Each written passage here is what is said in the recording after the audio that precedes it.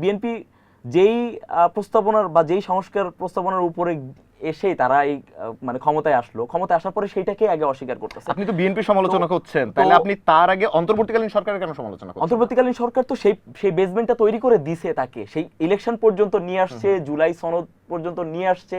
এখন পর্যন্ত তো মানে তারেক রহমান একটা সময় গিয়ে বলল যে তোমরা অবশ্যই আপনাদেরকে গণভোটে হ্যাঁ দিতে হবে। সে গণভোটে হ্যাঁ দিতে হবে, সে সেন্ট্রালি বলছে। ওই যে আপনি প্রথমে যেটা বলতেছিলেন, সেন্ট্রালি একরকম কথা চলতেছে, রিমোট এরিয়া একরকম কথা চলতেছে। আমি যখন আমার এলাকায় গেলাম, আমি গণভোটের প্রচারণা করতে গেছি, তো সবাই বলতেছে মানে একটা অংশের মানুষ বলতেছে যে আমি জিজ্ঞাসা করলাম যে আপনি গণভোটে হ্যাঁ দিবেন না দিবেন, বলছে না দিব। কেন? আমার নেতা বলছে।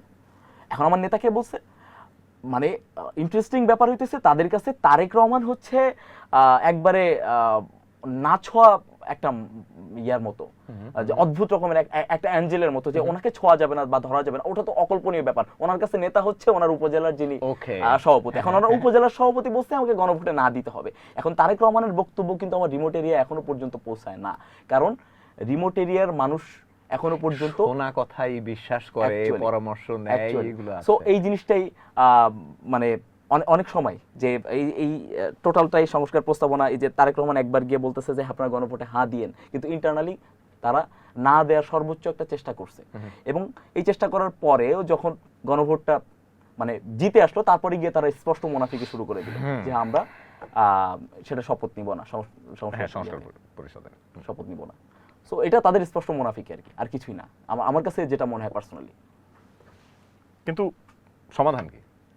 নাকি 12 তারিখ পর্যন্ত প্রথম অধিবেশন পর্যন্ত অপেক্ষা করে দেখা যাইতে পারে যে what is going on actually? দেখেন সমাধান কি, এইটা নাকি রাজপথ? অবশ্যই রাজপথ বেছে নিতে। আলটিমেট সমাধান তো রাজপথে। আলটিমেট সমাধান রাজপথেই ইতিহাস রচিত হয়। আমি কখনোই দেখি নাই, বা বাংলাদেশের ইতিহাস বলে আর কি, বাংলাদেশে তো টেবিল টকে কোনো ডিসিশন আসে না। বাংলাদেশের ইতিহাস তো খুব মানে সিনেমাটিক একটা ইয়া, যে অনেকবার গণঅভ্যুত্থান হইছে, অনেক স্বৈর শাসকের পতন হইছে, আবার বাংলাদেশের মানুষ ধোঁকা খায়। বাংলাদেশের মানুষ যুগে যুগে শুধু ধোঁকা খাওয়ার জন্যই জন্মাইছে না। এটার কারণ হইতেছে যে আমরা মানে সচেতন না, বিষয়টা এমন না। আমরা রিভলিউশন হয়ে গেছে, আমরা বাসায় চলে গেছি। রিভলিউশনের পরে আমাদের বেসিক কিছু কাজ আছে, যতক্ষণ পর্যন্ত আমাদের রাজপথে থাকতে হবে। এখন এই রাজপথে থাকাকালীন সময়ে যেই মানুষগুলোর নামে গ্রেপ্তারি পরোয়ানা জারি ছিল, যেই মানুষগুলোর ব্যাপারে মৃত্যু পরোয়ানা জারি ছিল, তারাই গিয়ে দুর্নীতিতে ঢুকে গেছে। তো আমাদের দোষ একবারে নাই এই বাংলাদেশে, আমাদের দোষ একবারে নাই এটাও না।